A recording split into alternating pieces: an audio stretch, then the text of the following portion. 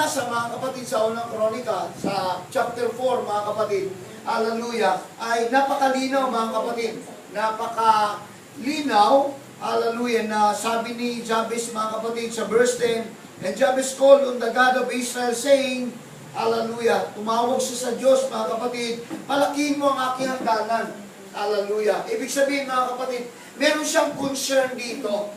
Meron siyang concern hindi lamang sa kanyang sarili, kundi mga kapatid ko sa mga tao na gustong makilala ng mga tao, mga kapatid ko, ang Diyos. Kaya ginamit ang taong ito, napaka kamangha-mangha, amazing, ang kanyang prayer mga kapatid, kasi hindi siya selfish manalangin. Amen. Ang panalangin niya para sa iba. Ang kanyang pagsusumamo sa Diyos, mga kapatid ko, ay para sa iba, hallelujah, para lumawak pa ang gawain ng ating Panginoon, mga kapatid, hallelujah. Kaya nga tinawag siyang bantog dahil sa kanyang paghingi, mga kapatid. Dito sa Bible, may mga example din, mga kapatid, ng pananalangin o paghingi sa Diyos, mga kapatid ko, hallelujah, na meron talagang ang paghingi kasi, ang pananalangin kasi, hindi simple ito eh. Meron pa yung pagbuno, meron talagang, kumbaga sa spiritual war, mga kapatid, hallelujah. Paikipagtunggali, mga kapatid ko. Ibig sabihin, meron talagang sacrifice. Hindi naman kaagad-agad, basta mga kapatid ko, minsan, kaya nga, minsan daw ang tao na didiscourage pagka nananalangin, hallelujah, na hindi na ibibigay, mga kapatid, nadidiscourage ka agad. No, hallelujah, na dapat daw nating tingnan at isipin, mga kapatid ko, na ang katanungan dito ay, nagawa mo na ba ang kalooban ng Panginoon para sa paghingi mo, may bibigay agad ng Panginoon. Hallelujah. Kaya nga dito, mga kapatid, may example si Jacob, nung siya ay nakipagbuno, mga kapatid, in the book of Genesis chapter 32.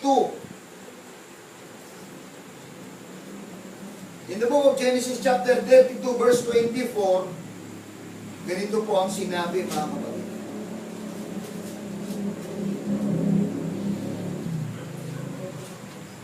At naiwang mag-isa si Jacob at nakipagbuno ang isang lalaki sa kanya hanggang sa magbukang liwayway. At nang makita nitong siya hindi manaig sa kanya, hinipo ang kasukasuan ng hita niya. At ang kasukasuan ni Jacob ay sinaktan samantalang nakipagbuno sa kanya. At sinabi, bitawan mo ako sapagkat nagbubukang liwayway na. At kanyang sinabi, hindi kita bibitawan hanggang hindi mo ako mabasbasan. At sinabi sa kanya, ano ang pangalan mo? At kanyang sinabi, Jacob.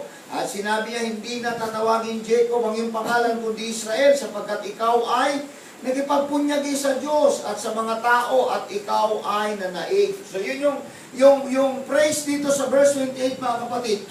Nakipagpunyagi, mga kapatid ko, siya sa Diyos at sa mga tao. Ibig sabihin, mga kapatid, ang concern ni Jacob dito, mga kapatid, ay para i-bless siya, basbasan siya ng anghel, mga kapatid.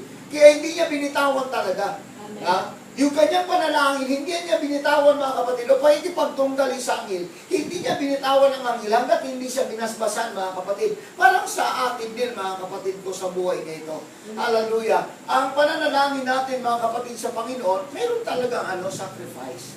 Meron talagang paikipagpunyagi. Meron talagang paikipaglaban, mga kapatid. Kung susuko ka agad, kung bibitaw ka, mga kapatid, hindi mo makamtan yung mga pagpapala ng Diyos sa buhay mo, mga kapatid. Bakit? Madali kang sumuko. Likewise si Jacob, nasaktan ang kanyang hita, nasugatan na, mga kapatid, nagkaroon na, mga kapatid ko, ng pagkapilay, mga kapatid, pero hindi pa rin siya sumuko dahil gusto niyang mabasbasan siya. Ganon ka-importante sa kanya yung, mga kapatid, dahil pagka nabasbasan siya ng anghel, alam niya magbabago ang kanyang buhay. Kaya nga nung hindi niya binitawan at nabasbasan siya, mga kapatid, ano ang nangyari sa kanyang buhay? Nagbago. Hindi na siya tinawag na Jacob, kundi Israel na. So Israel means blessing na yun, mga kapatid ko, sa kanilang buhay. Amen? Ganon din sa buhay natin, mga kapatid. Napakaganda kasi ang mga sinasabi ng Panginoon. Ang mga pangako ng Panginoon, mga kapatid, sabi nga, napakarami, 30,000 promises written in the Bible, mga kapatid, na kapag atin lang sinunod talaga, ay mapapangyari sa ating mga buhay. Kasi nga, mga kapatid, hallelujah, ang mahalaga lang daw, ay kung paano tayo mananalangin, o paano tayo hingi sa Panginoon, kung paano mga kapatid ko, gayahin natin si Jabez na hindi siya selfish sa kanyang pananalangin. Dahil alam kasi mga kapatid na sa bawat pananalangin mo sa Diyos, hallelujah, para sa iba, ang Diyos naman nakatingin sa iyo. Amen. Yan yung importante, amen? Amen. Yun yung napakahalaga mga kapatid. Kaya nga, ang main purpose si Jabez sa kanyang panalangin, hindi lamang mga kapatid ko sa kanyang sarili, kundi gusto pa niyang lumawak at makarating sa mga tao. Kaya nga, sabi niya, enlarge my cause, Lord. Palawakin mo pa ang hangganan ko. Kasi gusto niyang may paabot, may parating, na mayroong Diyos ng Israel na nahandang magpala at magkaloob, mga kapatid ko, ng tunay na biyaya, mga kapatid, kung ang bayang Israel susunod lang sa Kanya. Kasi mayroong doubting talaga, mga kapatid. Dito sa kanyang angkan, may lahi ng Jebusites, may lahi ng mga Amalekites, which is, mga kapatid ko, nag-oppose ito sa turo, mga kapatid ko, ng bayang Israel sa tunay na Diyos. Kaya nga, mga kapatid, si Jabez dito, mga kapatid ko, although marami siyang mga kapatid, pero naging bantog siya dahil sa ang concern niya ay para sa kapakanan din ng tao. Amen? Amen. Yun yung maganda Yun yung maganda mga kapatid sa Church of God, na tayo nagpipray, na tayo mga kapatid living testimony, na tayo light bearer mga kapatid, para makita ng mundo ito na mayroong church ng Panginoon na iba sa kanilang inaasahan. Amen. Yun talaga importante mga kapatid. Hallelujah. Si Solomon sa 1 Kings chapter 3, ano naman ang hiningi ni Solomon mga kapatid ko? Hallelujah. Sa 1 Kings chapter 3,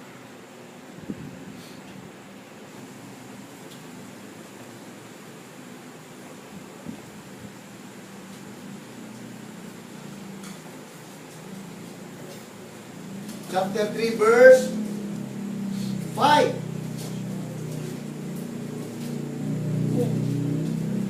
Ganito ang sinabi mga kapatid.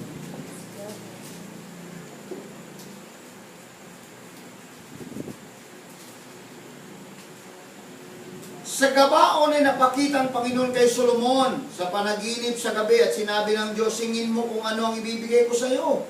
At sinabi ni Solomon, ikaw ay nagpakita sa iyong lingkod na aking amang kay David ng malaking kagandahang loob ayon sa kanyang nilakad sa harap mo sa katotohanan at sa katwiran at sa katapatan ng puso sa iyo. At iyong iniingatan sa kanya itong dakilang kagandahang loob na yung binigyan siya ng isang anak na makaupo sa kanyang luklukan gayang sa araw na ito. At ngayon, O Panginoon kong Diyos, iyong ginawang hari ang iyong lingkod na kahari ni David na aking ama, at ako isang munting bata lamang, hindi ko nalalaman ang paglulumabas at pumasok, at ang iyong lingkod ay nasa gitna ng iyong bayan na iyong pinili, isang malaking bayan na hindi mabibilang o matuturingan dahil sa karamihan.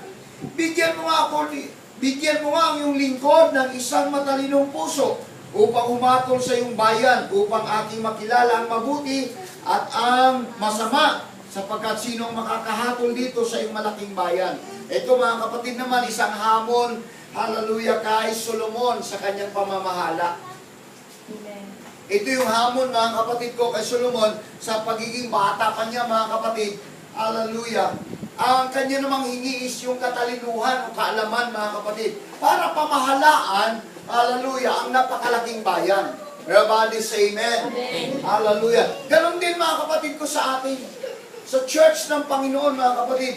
Kung wala talaga mga kapatid ko, ang Diyos nakikilos sa iglesia ng Panginoon. Kung walang Diyos mga kapatid, ang hirap pamahalaan ang church ng Panginoon. Amen.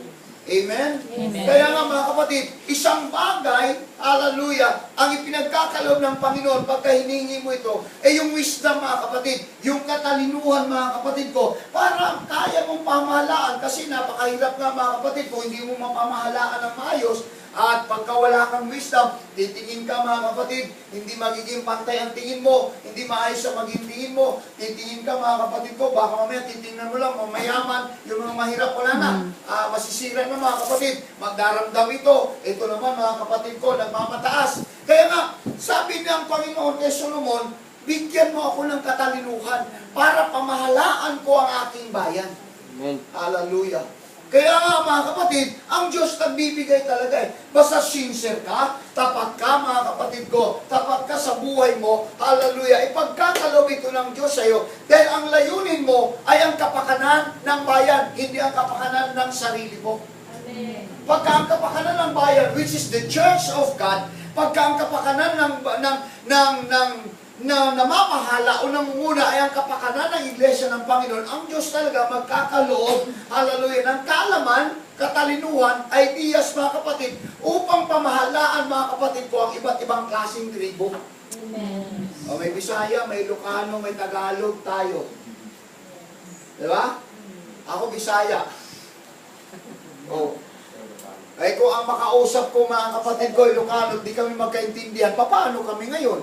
O, di ba? Pero bakit nagkakaintindihan? Dahil sa kapangyarihan ng Diyos, dahil sa pagmamahal ng Diyos, dahil sa pag-ibig ng Diyos, mga kapatid ko, kung bakit nagiging maayos, mga kapatid ko, ang pamamahala, dahil sa kaalaman na nagmumula sa Diyos. Kung wala yun, wala na, mga kapatid. Amen. Amen? Amen. Hallelujah. Yun yung isang ehemplo, mga kapatid ko, kung bakit pinagpala si Jabez. Dahil sa kanyang concern, mga kapatid, hindi lamang sa kanyang sarili, hindi lamang sa iilan, kundi ang concern niya sa pangkalahatan. Amen. Yun yung dapat. Yun yung sinasabi kong iglesia ng Panginoon. Yun yung sinasabi kong church ng Panginoon. Kung ang kapakanan lang, mga kapatid, para sa ilan, at sinasabing palakasan system, mga kapatid ko, o dito kayo kasi mayayaman kayo, dito kayo sa akin, ay wala na, paano yung iba, mga kapatid? Kaya nga si Solomon sabi niya, Lord, bigyan mo ako ng katalinuhan, kasi ang dami nito, paano ko pamahalaan ito? Isang munti lang, isang bata pa lang ako, kasi naging successor si Solomon, bata pa eh. Amen. Una niyang hiningi wisdom. Amen. Amen. Bakit napakalaga ng wisdom? Para mapahamalaan mo mga kapatid ko. Biro mo mga kapatid, ibang klaseng karakter, ibang klase mga kapatid ko masusumpungan mo. Kung wala kang kaalaman mga kapatid, paano payuhan to, tapos na. Lahat yan, pulasan. Yes. Amen. Di ba? Hindi mo pakisamahan itong isa, hindi ka mga kapatid ko. Sabi nga, disinfected, knocks together. Tapos na. O kaya yun yung maganda mga kapatid ko, hallelujah, pagka ang panalangin mo di selfish, kundi para sa pangkalahatan talaga mga kapatid ko. At naniniwala ko, hallelujah, hindi pa man siguro na 100% mga kapatid, napapangyari yan, maging sa church natin mga kapatid, pero alam ko mangyayari kung ang kaalamang ito galing sa Diyos. Amen. Palapakan natin ang Panginoon mga kapatid. Hallelujah, hallelujah. Kaya nga, ito yung prayer ni Jabez, mga kapatid eh. Ang kanyang request, mga kapatid, hallelujah, ay ang pagpapala na galing sa Diyos. Amen. Ha? Yun totoo. Kasi ang pagpapala, mga kapatid ko, galing sa Diyos. Walang pagkakaiba ito, tama. Ang sabi ng James 1:17. Hallelujah.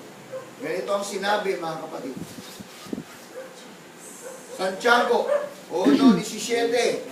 Ang bawat mabuting kaloob at ang bawat sakdal na kaloob ay pawang buhat sa itaas na bumababa mula sa Ama ng mga ilaw na walang pagbabago ni kahit anino man ng pag-iiba. Hindi nagbabago ang blessing ng Lord. Amen. Ang pagpapala ng Lord. Ang mahalaga lang daw tayo, mga kapatid, sincere lang tayo, hallelujah, na hingin ito sa Panginoon, na meron talagang kasamang pagsunod sa Diyos. Walang problema sa Diyos, ang problema nasa tao.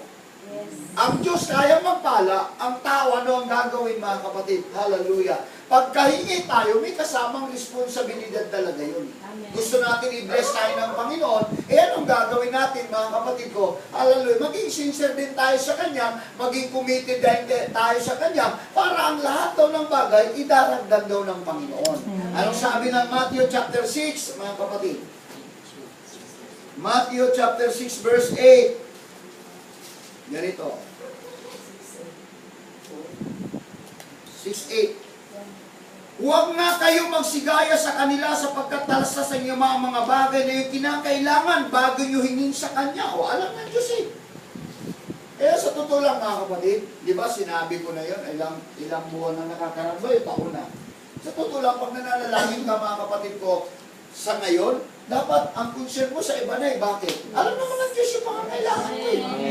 Totoo yun eh. Manalangin ka sa iyo, Lord, tulungan mo naman itong mga tao ito. Kasi alam din ng Diyos yung pangangailangan mo, kaya alam na talastas na rin ng Diyos yan eh. Oh, alam na ng Diyos yun, mga kapatid. Kaya nga ang pananalangin, mga kapatid ko, ngayon, ay kung paano, mga kapatid ko, hallelujah, makarating sa kanila ang mga salita ng Diyos. Dahil pagka ang salita ng Diyos nakarating sa kanila, sila din naman ay pagpapala.